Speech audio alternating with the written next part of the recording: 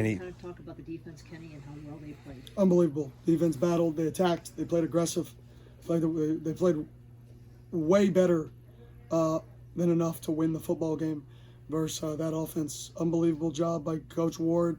Unbelievable job by that entire staff. Unbelievable job by our players competing and fighting our corners, taking those guys outside one-on-one and on base downs and challenging them. Playing aggressive, playing cover zero on early downs. Right, loved how our defense played. Unbelievable performance by them.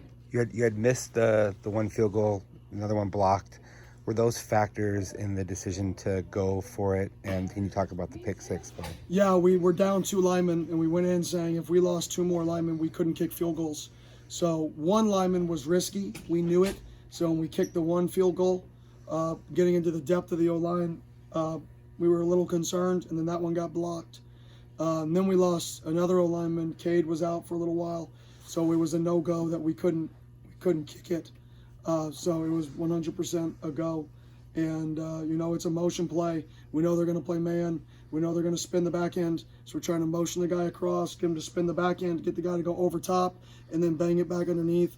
It was loud in there. Credit to their stadium. It was loud. We snapped the ball. The indicator in the snap was way too late. So it got the guy almost outside of the rub runner pre-snap. So pretty much it's a horrible play at that point. You're just running a delayed in route versus catch man, right? We're trying to get the guy to go out, get the guy to go over top, and then bring him back in. We got exactly what we wanted. But, I just said it on the radio, but right now we're trying to find different ways to lose football games. We're playing good enough football to win. We're just finding different ways to lose. And that was another way we found to lose tonight, and it's really, really unfortunate. What about the rest of the offensive performance when Washington turned the ball over 4 times? Yeah, I thought we moved the ball, to be honest. We only had 2 3-and-outs versus a pretty good defense. I think 350 yards, not ideal. But, where we are personnel-wise, I thought we ran the ball well. It was a positive. I thought some of the misdirections runs were good. I thought getting to Carlos back was good for Scat as a good mix-up.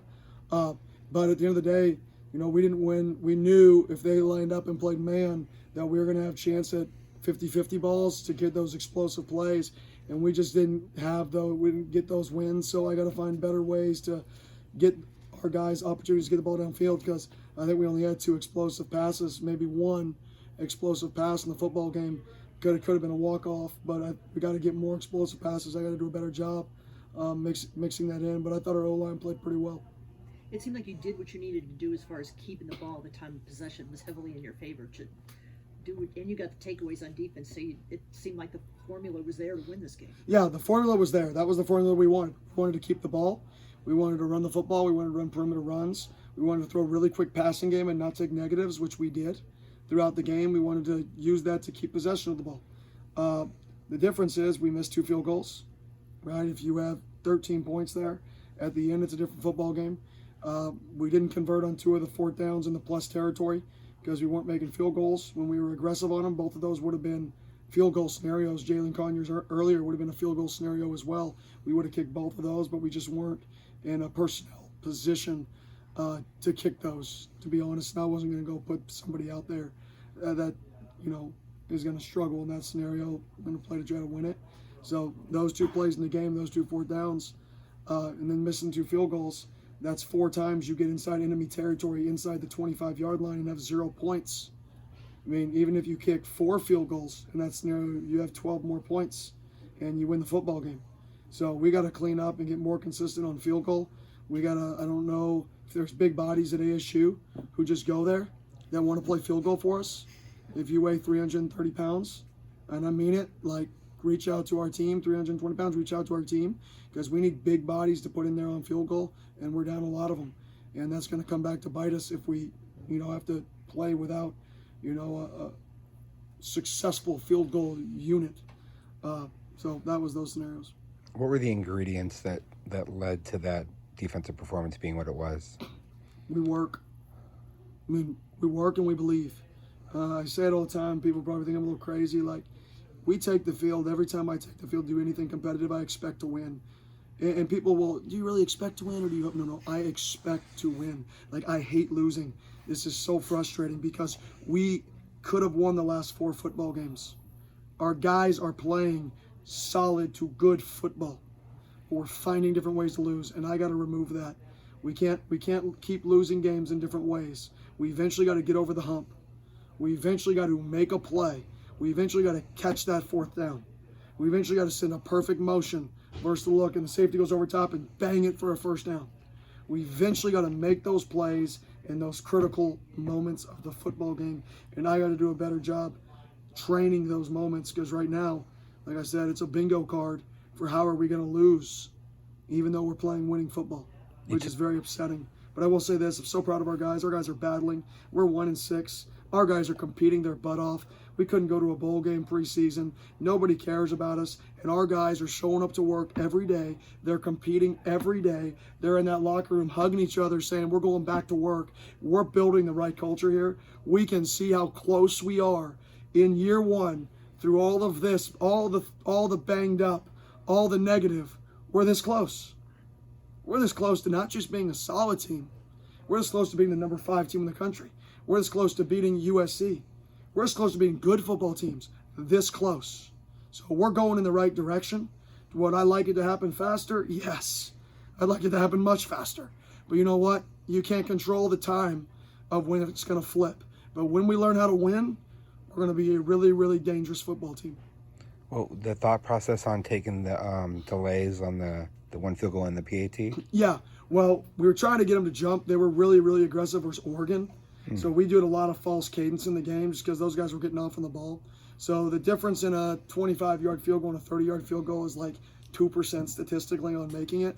So I was willing to take the risk of trying to get them to jump, get a free first down, or throw the fade in response to that, and the same thing with the extra point. So it was really just we're so aggressive on fourth downs to begin with. Maybe we could get a team to jump off sides. Did a good job not. But I also think we prevented their ends from getting off the ball, which was a huge key to the game for us because we mixed up the cadence so much. And I thought our guys handled the noise really well until fourth down and 3 yards to go. It was the only time that our motions were wrong with timing in the entire game. That's upsetting. Do you have any thoughts about some of the penalties? You had the one that didn't go O'Meary's way in the end zone, and then the one that was in that fade that they picked up.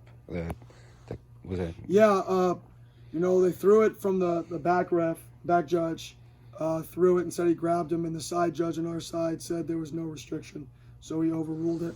I actually thought the officials did a really nice job in the game, to be honest. They communicated well. I thought they had really good reasoning when they picked up flags. I thought they had really good reasoning throughout the game. I thought there was a Troy O'Meary home run post earlier that he got grabbed a little bit, but that's going to happen throughout the football game. But I thought they did a really nice job, to be honest. Coach, what do you have to say about Shamar Simmons' performance tonight? He's a battler, man. We got guys that are fighting. I think that's the moral of who we are is we're going to fight.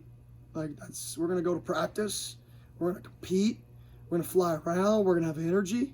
And we're going to come out here and expect to win. And when you expect to win and you're a competitor, you're going to compete at the highest level every single snap. And like I told the guys all week, it's moments. It's 80 moments in the game that you got to make. 90 moments. Win your moment. Our defense won a lot of moments. On offense, we had a lot of moments that we made. A lot of moments that we busted. A lot of moments that we just didn't make in the critical moments. And that starts with me. I mean, I am calling the plays for a reason because it's me. It's on me. Every lack of success this offense has is my fault. 100%. There's nobody else to blame. There's no player to blame. There's no other coach to blame. It's 100% on me. And I got to get it fixed. And I'm a big boy, right? That's why I took it over, is because I knew we were in a challenging situation. And it's comes on me. Falls back on me. So I got to do a better job. Players are completing. Players are playing hard. I got to get more out of them. Obviously, moral victories kind of suck, but the way this team is playing so hard, it seems like that's evidence that they are still buying in, despite how hard these losses have been. Oh yeah, the buy-in isn't a question.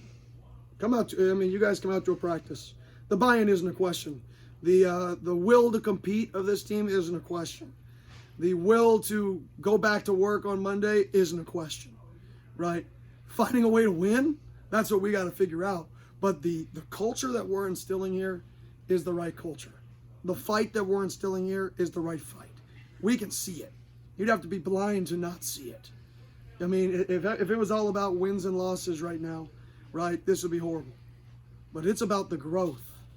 And when our guys battle the way they battled, when they compete the way they compete, there's a lot of things we got to get better at. But man, I'm so proud of this team, proud of how we're battling, proud of how we're competing. And like I told them in the locker room, we can win every game on our schedule. Let's go back to work next week. Let's go home. Let's get a W. Immediately after the interception, was there a moment to regroup with Trenton or some of the guys on offense to just try to get back on track? There was. I mean, that's hard. You know, the next drive, you look what happened. Two mistakes on the next drive showed up just because, you know, we kind of lost our focus there. So I got to do a better job getting those guys back calm after a scenario like that. But that's a big emotional swing. You know, that takes a very, very veteran-led team, to be honest. A very, very, very deep culture to respond at a really high level after something like that. And I got to go over there more, and I got to be more involved culturally, in that moment to try to get those guys back and really give them a plan for what the next drive was, so we could go and respond, which we didn't on that second drive, or that drive after it. Coach, we talk about the defense and stuff, but what can you say about kind of the guys who had to shuffle in? Alfonso Taylor came in. What's another name? Elijah O'Neal came in after Clayton kind of took another targeting penalty. What can you speak about kind of that next up, man up mentality that you guys have continuously had to have this season? Yeah, our defense, I mean, those guys are ready to play. Kudos to our defensive staff for getting everybody in the depth ready to play. Elijah O'Neal, it's funny you mentioned him. You know, I kind of called him out the other day for just doing the little things right. You know, he's got to do the little things right. Show up early. Don't be the last one somewhere. Show up early. And really challenged him. And this week, he was 10 minutes early to everything we did. He was one of the first people out to practice. He was dialed in. So it's kind of fitting that you mentioned him because it just shows that he was a kid who made a drastic change in how he prepared.